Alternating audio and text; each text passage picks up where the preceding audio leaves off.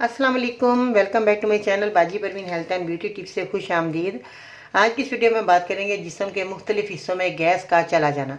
आज बहुत अहम टॉपिक भी है और बहुत ज़्यादा अहम मालूमात भी आपको फराहम करूँगी, क्योंकि बहुत ज़्यादा बच्चियाँ, बच्चे, बड़े बूढ़े सब परेशान हैं जिनके जिस्म में गैस हो जाती है। पेट में ख़ास तौर पे बहुत ज़्यादा गैस बढ़ जाती है और हमें पता ही नहीं चलता कि हमें ये गैस क्यों बन रही है, क्या वजूहात होती है। आज मैं आपको तफसील से इसके बारे में बताऊंगी और बहुत उम्दा नुस्खा भी है जिसका इस्तेमाल करके आप जो है इस बीमारी को दूर कर सकते हैं।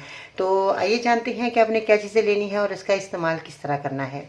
मज़ीद ऐसी मालूमाती वीडियोस देखने के लिए हमारे YouTube चैनल बाजी Parveen health and beauty tips को सब्सक्राइब कीजिए और बेल आइकन को लाजमी प्रेस कीजिए।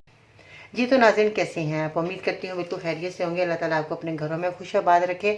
आज मैं आपको बहुत अहम मालूमात फराहम करूँगी जो कि हमारे बहुत ज़्यादा मसले मिसाइल बढ़ गए हैं। गैस जिन लोगों को बहुत ज़्यादा बनता रहता है, जिस्म के मुख्तलिफ हिस्सों में गैस घूमता रहता है और वो दर्द की सूरत अख्तियार कर जाता है और मरीज़ परेशान हो जाता है कि हमें बहुत ज़्यादा बीमारियाँ घेर ली हैं हमें, और हम बहुत ज़्यादा वो लोग इलाज करा करा कर थक जाते हैं। अब उनको इलाज कराने की ज़रूरत नहीं, मेरे इस नुस्खे को इस्तेमाल करके आप अपनी इस बीमारी को दूर कर सकते हैं। अब इन चीज़ों का इस्तेमाल किस तरह करना है, इनको बताने से पहले जल्दी से पहले मेरे चैनल को सब्सक्राइब कर लें, वीडियो को लाइक करें, बेल आइकन को दबाना मत भूलिएगा। इस तरह की मालूमात वीडियो आप तक बहुत जल्द पहुंचती रहे और आप अपना इलाज करते रहें। आज मैं जो बातें बताऊंगी, इन बातों पर अमल करके आपने इस बीमारी को दूर करना है।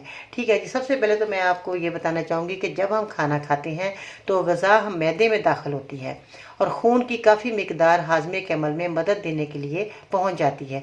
खून ही की मदद से एक किस्म की रतूबत पैदा होती है। ये रतूबत ग़िज़ा को उस शक्ल में तब्दील करती है जिससे जिस्म हज़म कर सके, यानी इसके मुफीद अज़ा को खून में तब्दील होने के काबिल बनाती है और गैर ज़रूरी मवाद को अंतड़ियाँ जो होती हैं हमारी, उनकी तरफ धकेल देती है। जब कोई शख्स इस वक्त जब उसके मैदे को हज़म करने के लिए खून की ज़रूरत हो, ज़हनी तनाव या गलत जिस्मानी पोजीशन में होगा तो खून मैदे की तरफ नहीं जा पाएगा, क्योंकि दिमाग जो होता है हमारा, उसकी तरफ वो खून चला जाएगा। नतीजा ये हुआ कि मैदा अपना अमल ठीक तौर पर नहीं करेगा और इस नतीजे के बाइस ग़िज़ा ठीक तौर पर हमारी हज़म नहीं हो पाएगी। कुछ लोगों को गैस का दर्द उल्टे हाथ, कंधे में या पेट में महसूस होता है और वो समझते हैं कि इन्हें दिल का दर्द है। जब हम तेज़ तेज़ खाना खाते हैं ये, या बहुत ज़्यादा लोग स्ट्रा से जूस पीते हैं, चिंगम और टॉफ़ियाँ, आइसक्रीम या चूसने वाली अशिया खाते हैं, तो कुछ हवा हमारे पेट में दाखिल हो जाती है।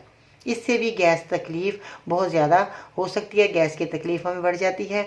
यूँ तो कुदरती तौर पर गैस खारिज हो ही जाती है, मगर जिनका हाजमा ख़राब रहता है और कब्ज़ की शिकायत रहती है तो वो हवा उनके जिस्म के मुख्तलिफ हिस्सों में दर्द की वजह बन जाती है और हमें पता ही नहीं चलता कि हमें दर्द किस वजह से हो रहा है।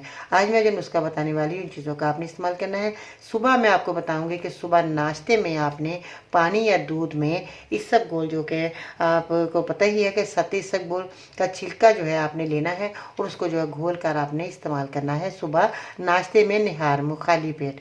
आपने इसबगोल का जो छिलका है उसको आपने घोलना है पानी में या दूध में। दूध आप 1 गिलास ले लीजिएगा, 1 चम्मच आपने उसके अंदर ऐड करना है, फ़ौरन घोल कर आपने पी लेना है। उसको फूलने नहीं देना, वो फूल लेगा आपके पेट में जाकर। और पानी में इस्तेमाल करते हो इसी तरह पानी में आपने करना है, इसी तरह आपने दूध में इसबगोल का छिलका आपने इस्तेमाल करना है। 1 से 2 चम्मच आप ना पानी के अंदर उसको जो है घोल कर या दूध में घोल कर आपने उसी वक्त इस्तेमाल कर। ये तो आपका सुबह का बेहतरीन नाश्ता है। सुबह आपने ये नाश्ता कर लिया तो समझ लें आपका जो है जो गैस का मसला है, पेट का निज़ाम है, वो ठीक होना शुरू हो जाएगा। इसके बाद आपने आती है सौंफ। सौंफ आप ये देख रहे हैं, मैं आपके सामने मौजूद है। सौंफ को सबसे पहले आपने क्या करना है कि तवे पर इसको भून कर रख लेना है किसी डब्बे में। सुबह शाम आपने 1-1 चम्मच आपने खाना है, आपकी गैस नहीं बनेगी। और ये जो है, जैसे आपने इसबगोल मैंने बताया छिलका घोल कर आपने पी लिया, उसके बाद जो है 20-25 मिनट के बाद आपने ये जो आपने सौंफ भून कर तवे पर रखी है, इसको सुबह शाम आपने 1 चम्मच भरकर ऐसे ही चबाकर खा लेना है। इसके बाद आते हैं छोटी इलायची, जो कि आप देख रहे हैं छोटी इलायची, इसका बहुत फ़ायदेमंद चीज़ है ये भी। इलायची को आपने पाउडर बना लेना है, 50 ग्राम या 100 ग्राम आपने इसको बनाकर रख लेना है।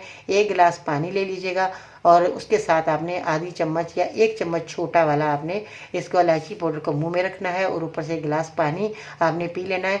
आपको फौरी आपको दर्द में आपको आराम मिलेगा। इसके बाद जो आते हैं सौंफ की चाय। सौंफ की चाय जो है ये भी आप बनाकर पी सकते हैं। सौंफ की चाय पीने से भी गैस के दर्द में आराम आ जाता है। और खाना आपने चबा चबा कर खाना है, इससे भी आपका गैस नहीं बनेगा। खाना बाज लोग जो है तेज़ तेज़ खाना खाते हैं, उसके बाद मैदे पर जोर पड़ता है और दर्द होना शुरू हो जाता है। और खाने में जो है आपने अदरक और काली मिर्च का ज़्यादा से ज़्यादा इस्तेमाल करना है, जो कि आप देख रहे हैं काली मिर्च मेरे सामने मौजूद है। और ये आप भी देख रहे हैं काली मिर्च का आपने अदरक और काली मिर्च ज़्यादा से ज़्यादा आपने खानों में इस्तेमाल करनी है। इससे जो है आपका खाना हजम होगा और आपको गैस नहीं बनेगी।